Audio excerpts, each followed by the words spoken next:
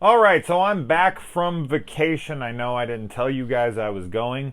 I didn't know I was going. So it was kind of a last minute thing. It was a bachelor party of sorts for my brother Nathan.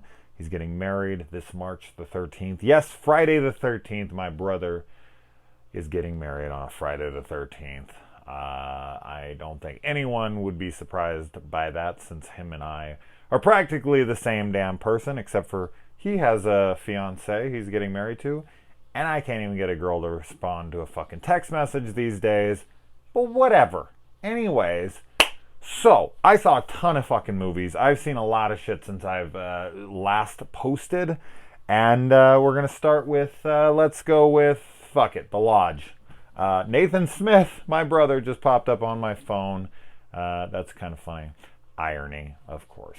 So, The Lodge. Now, this movie stars Richard Armitage, who I know, I think that's how you say his name, as Thorin Oakenshield. Well, I shouldn't say he stars, but he's in it. He's in it he's got a decent role in it. But I know him as I said, Thorin Oakenshield, as a huge Middle Earth fan.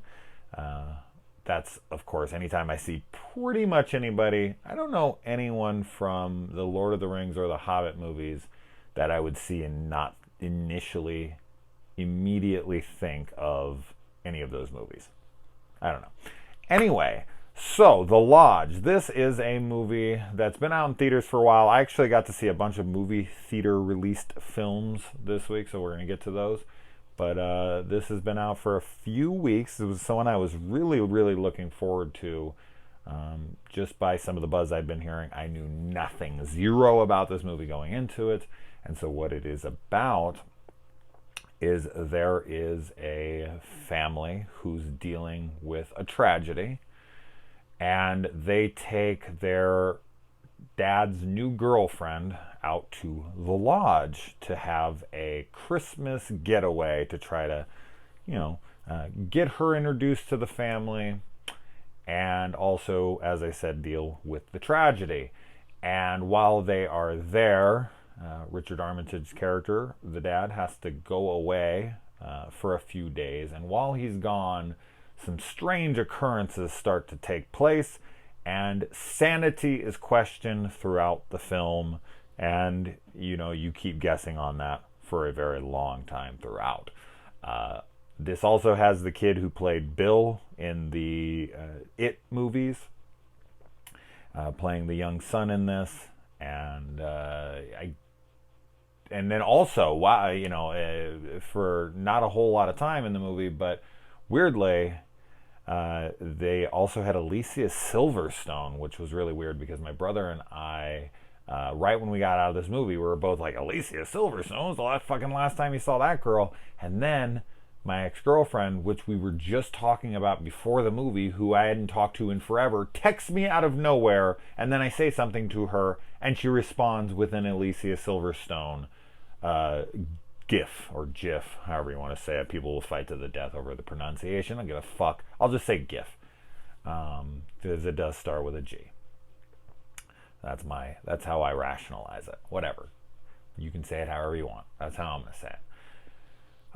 So anyway, but that all being said, I really, really enjoyed the fuck out of this movie. I pretty much outright loved it. I was a big fan of this. This is a slow burn, psychological kind of film, and this is kind of my bread and butter. This is that kind of film where it's an isolated setting. It's people questioning their sanity.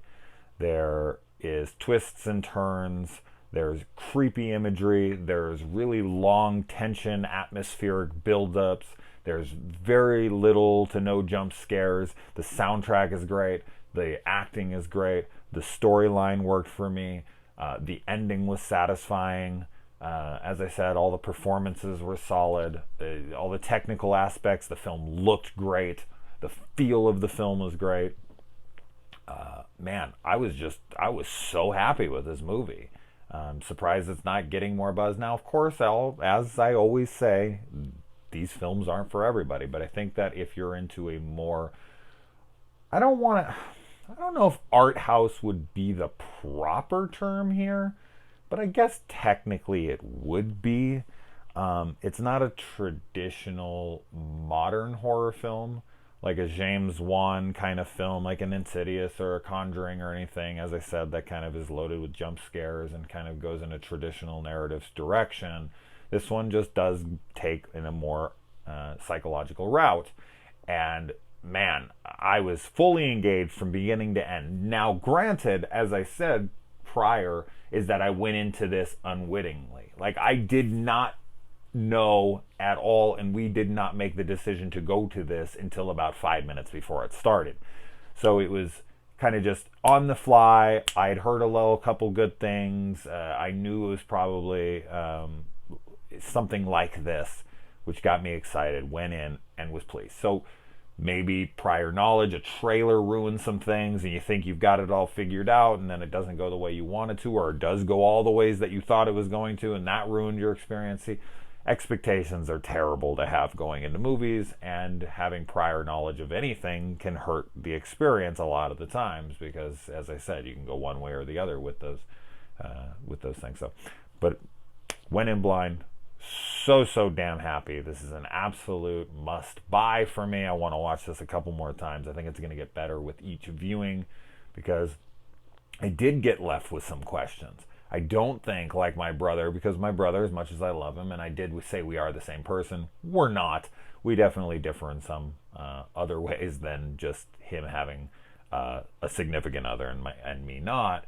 He also isn't a super deep thinker with his films.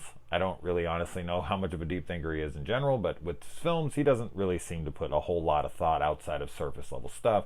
And of course, with not only the channel, but just kind of my love and appreciation for film, I do look at these movies and I do think about them deeper at the end. And with this film, I do feel like there's some open-ended questions that kind of spin this in a different direction. I don't think it's as cut and dry. I don't think it's as straightforward as my brother had suggested. And I think he was more just kind of being ornery. Like, I think he was being more like sarcastic, because I don't think he wanted me to get into some long breakdown, or he was just trying to be funny and kind of belittle my statements after the movie, like, oh wait, do you think that this? And he's like, no, I think it's exactly how it showed it. And I'm like, yeah, but that doesn't answer this and this, so I'm very, very curious on the assessments and kind of the breakdowns and the dissections that we could have with this film. This would be a good